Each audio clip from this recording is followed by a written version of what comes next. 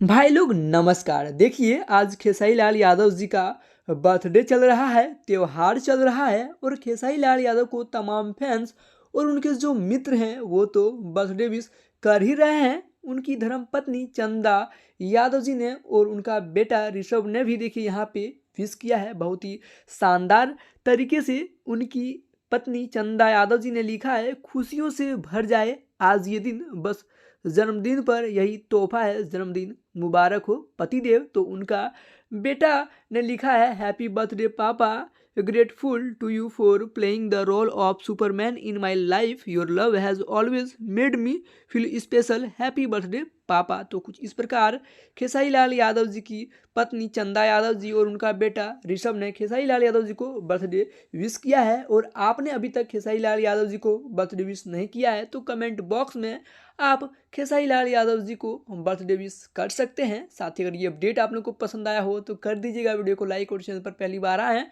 तो चैनल को सब्सक्राइब कर लीजिएगा ताकि ऐसे ही लेटेस्ट अपडेट आप तक पहुंचे। तो मिलते हैं फिर किसी खास वीडियो को लेकर, तब तक अपना ख्याल रखें। धन्यवाद।